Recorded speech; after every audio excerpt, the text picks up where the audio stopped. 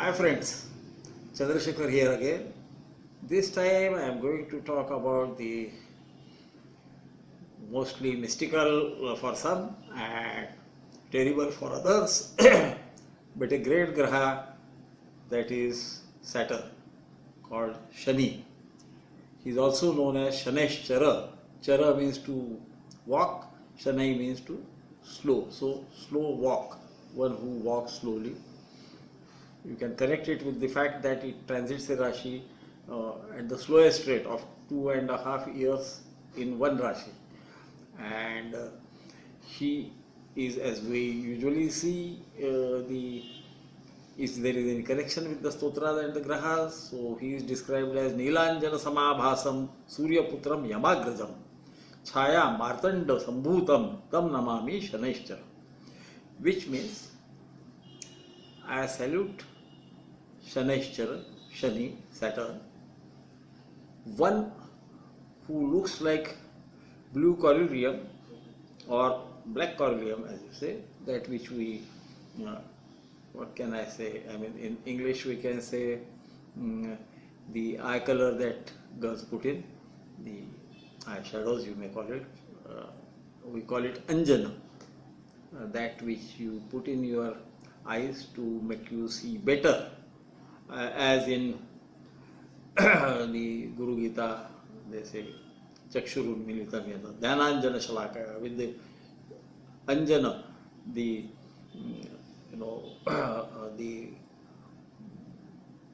black paste which is put in the eyes so that the eyes get enlarged and then you can see properly. So jnana, knowledge, through that is how Guru gives you knowledge. That is a concept in Hindu philosophy. And here he is called Nilanjana, who looks like a blue or black Anjana. He makes you understand things. Anjana is always put in the eyes. And how Shani does it, we will talk later. And so he looks like that. He is son of the great sun, Surya himself. Surya Putram. Putra means son, progeny. Born out of Chaya. Martanda is also one of the names of sun. Chaya was his second wife, supposed to be. His first wife was Sanya, who left her Chaya. Chaya also means shadow. So, because she could not tolerate the heat of sun, so she left her own shadow and told her to bear with sun, and she went to her father's place, Daksha Prajapati, and there is a story around it. So he is not out of Sanya, he is out of Chaya. Yama, the Lord of Death, as you may call it in English, is born out of Sanya, and Saturn, Shani, is born out of Chaya, both from Surya, sun. And he say that Chaya Martanda Sambhutam, Yamagrajam, the younger brother of Yama, I salute you. So, as we can see, this tells us many things. It establishes that relation of progeny and the progenitor between Sun and Saturn. And he is telling, we are being told that he walks slow and he is bluish or blackish color. To my mind, that blue of his is like this, the light blue of the color of sky. And so this is Saturn. What is he? How does he look like? Now he is said to be, some say he is ugly to look at. He looks downwards and he is lame, so naturally cautious.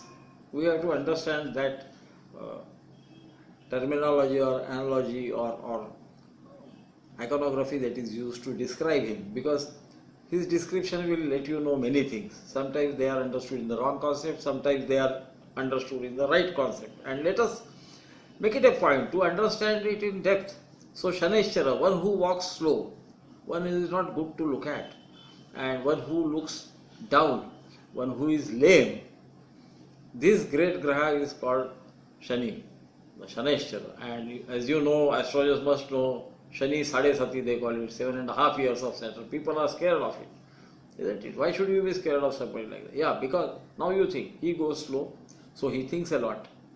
He looks down, his feet are firmly planted on the ground.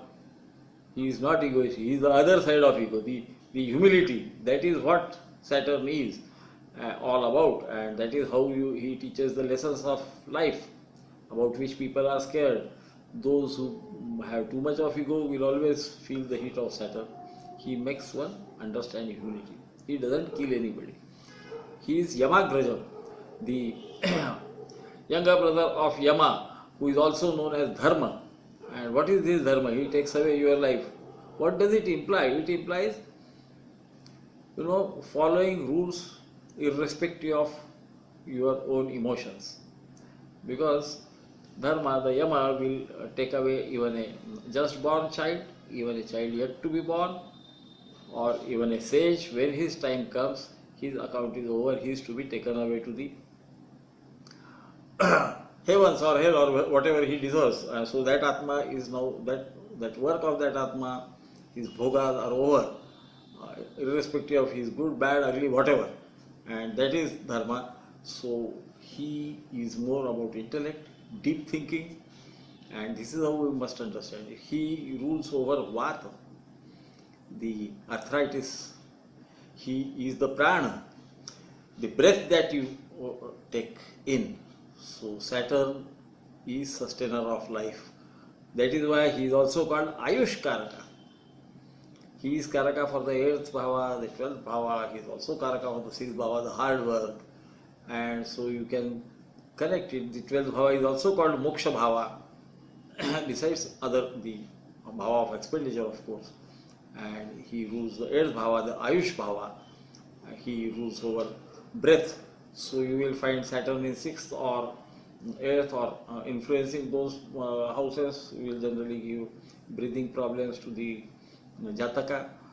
You can ask him whether he finds difficulty in breathing or otherwise, and you will find that he will say, yes, I do have that problem. He also rules over Vata, that is arthritis. And so his aspect on the 10th can give problem with the knees. And all those people walk slow. You have to understand. He is thin. He is said to be shabbily dressed. He is supposed to have rough hair and also is hairy.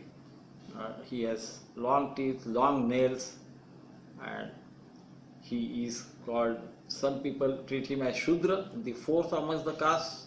That is the class which earns its livelihood through bodily labor.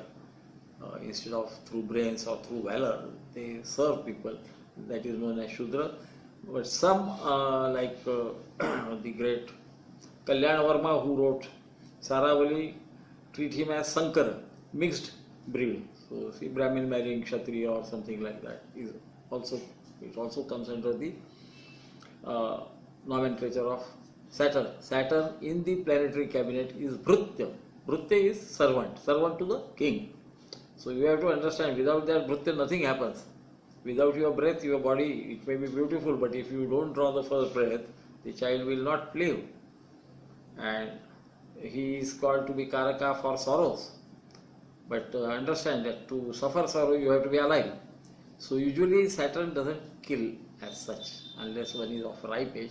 Saturn has a tendency of giving you troubles. So those who are afflicted by his diseases generally have a long life. And he is shabbily dressed with. He is not a show-off. Don't take all those things, verbatim. Understand what is being told. He is not good to look at. He looks down, which means he has humility. In Hindu system, if you look up, that is supposed to be egoistic behavior. So Sun and Mars are said to look up. Guru, Shukra look at one level, and so on. Some planets look sidewards, some look downwards. So these are all the ways of, telling the nature of that energy of the planet, how it affects our mind. And so, again, as I am very fond of saying, usually his taste is kashaya, sour. Some say he likes kadanna, the food which should not be eaten, which in today's parlance we can say the fast food sort of thing, which doesn't have nutritious value, which is sometimes even stale.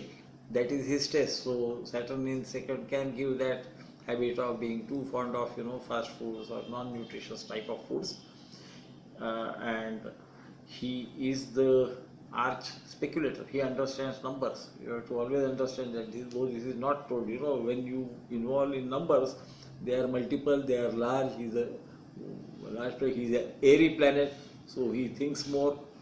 He is a deep thinker. He also, because his structure is given like a person who is lame, who is not good looking, so what he does is he takes his time deciding anything. So he has analytical capacity. Never forget that. He is the arch speculator. So for people who are good at speculation or even stock market dealing, you will find role of Saturn there. Saturn aspecting the 12th house can also make you suffer losses because of speculative trades or maybe racing or whatever.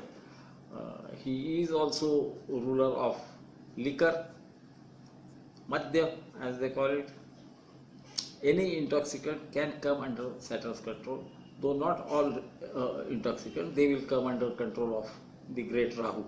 That we will talk about when we talk about Rahu after this lecture. The next lecture will be on Rahu. And so what Saturn does actually, people are scared of the Sadesati, the 7.5 years of Saturn. Then in North India there is a system of Daya. So when he is in 4th again he troubles you, and then when he is in 8th again he troubles you. So that means for whole life you are troubled by Saturn, isn't it? And you see that this doesn't really happen in that manner. And would Saturn give trouble to everybody? You will see many people growing, achieving great heights in their career or their fame or whatever. They prosper during Shani Mahadasha, Shani Sadesati. I use word Shani so that you get used to that. Instead of Saturn, Shani is the same thing. It indicates somebody who goes slow. So he is thoughtful, he is analytical, and that is why Saturn gains Digbala in the 7th house. He is slow. He doesn't hurry into anything. So Saturn in 7th can also indicate a wife who might be mature, isn't it? Or she might marry at a slightly more age than what is normal, or there might be age difference between the two, the Jataka and his spouse. Wife, when I mean wife for females, you understand it to be the husband. As I never tire of telling in Sanskrit, most of the times it is, except when they talk about sister or daughter, generally the terms are gender neutral. He aspects the 9th house, and you will find that in Pravajja Yoga, the yoga for renunciation, there will always be role of Saturn. So it is Saturn who can give you Pravajja, because he thinks deep. He has a habit of thinking deep. Now if that combines with moon, what happens is generally people go in depression, because you think deep, and if it is variable like moon, sometimes you are elated and sometimes you are depressed. So these are the characteristics of Saturn. One doesn't have to fear him. By the time a person is 80 or 90, he has already gone through 3 Sadesatis. And if you think of your life, you will also find that in some of the Sadesatis you don't suffer, in some you suffer. Mostly that is because of being over-ambitious or egoistic. That is when you think that I have conquered the world, and then Saturn will try to teach you that the world is not like this, it is not like this, and so you have your humility. Think properly. Don't get egoistic that I am the greatest one, I will bring you down. Now who brings you down? We say that it is Saturn which brings. No, it is not Saturn, it is your mind. See, his influence on a particular part of your brain will make you think in a certain manner. So he is the one who can, once the prana is gone, he rules over prana, as I told you, the breath that we take inside, so oxygen in a way. So he is giver of life, he is not taker of life. When he stops that supply, then you of course die. So yeah. So this is a complex thing to understand, but I think if you understand what is Saturn, it will help much, because Saturn has a longer footprint in every Rashi. So if you look at the chart as 12 parts of your life, from your birth to your final moksha or death or whatever you want to call it, then Saturn influences it the most, followed by Jupiter, who is in a Rashi for an year, and then followed by Mars, who sometimes is for 45 days, sometimes for 6 months he becomes stationary in certain position of Sun from the Mars, and so on and so forth. So never be scared of Saturn. Saturn needs humility. So you will see that people with Saturn as Lagna or Saturn as Yogakaraka or Trine Lord, they generally suffer the least in sadhana. But if they are egoistic, if they become intolerant to others, if they think they are the greatest, then the same Saraswati will teach them a lesson, but will not make them, he will take them to the level of almost being a pauper. His wealth will be gone, and that is when the wisdom dawns. Then the people understand that I am being respected not for myself, but perhaps for my wealth. That is when people learn. And I usually consider the transit of Saturn from 12th of Lagna to the second bhava of Lagna to be more effective in giving the results of the dreaded Saraswati than his being in 12th in the Rashi occupied by moon or second to moon, which is generally treated to be Saraswati. I don't think you can apply it to real life horoscope and find out for yourself. You would not find that giving that much trouble. You might be a bit scared because, as I was saying, Saturn combining with moon can give depression or negative thoughts. That can happen, but on ground nothing is happening. Whereas when it goes to the 12th bhava of Lagna and start aspecting your second house, that is when he has the capacity of eroding your wealth. There are ways of, even spending it in a different manner, but that is a subject for, when astrologers get more advanced, understanding the planets, the rashis, the bhavas in the proper perspective, and want to help person through change of his karma instead of going for remedies like pujas or mantras or something. And so I will not go on that. The lecture goes on, as I see, even now it is about 18 minutes that I have talked, and attention span of people is to be understood in the right perspective. You also need to understand that Saturn rules over aerial waves, breath. So all these things are under command of Saturn. So if Saturn is good, people can go think about anything which is aerial. Even the wireless application protocol for those who are in IT industry. He is a philosopher. His Mool Trikona is Kumbha Rashi, Aquarius, which is basically a philosophical Rashi. But in that case, they are a bit removed from the mundane world, which can sometimes harm. That is a different subject.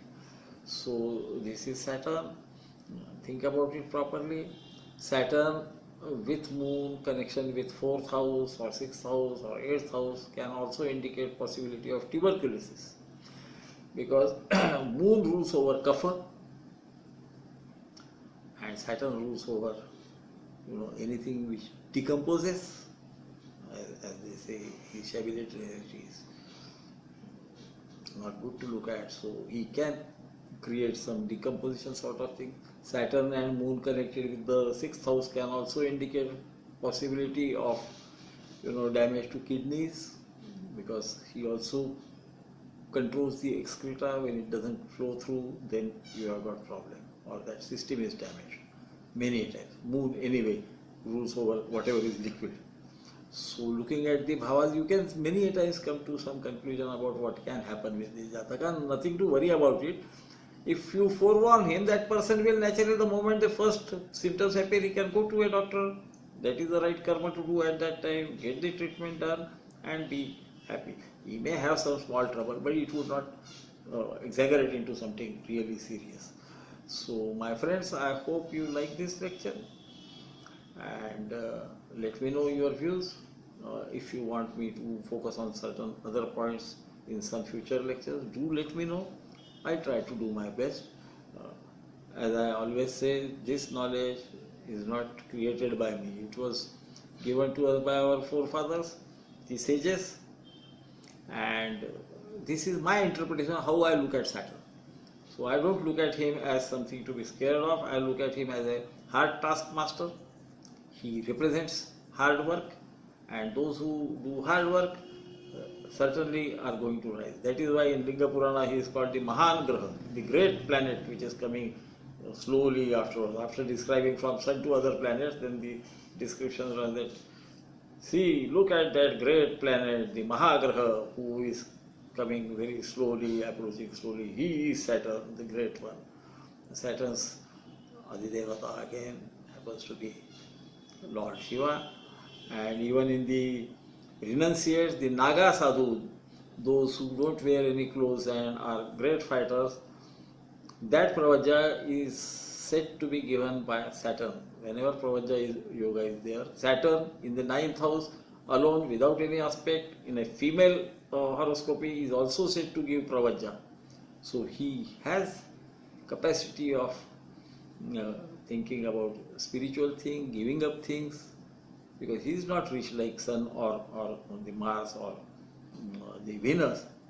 He is a poor person. He loves that being poor, and so connection with 9th house of Saturn usually gives a inclination towards things spiritual. But unlike Mars, who likes to show off, this guy doesn't like to show off. So generally his inclination would be towards the formless form of God rather than the physical form, and this naturally being old develops at a later stage in life. And so I take your leave. Thank you very much.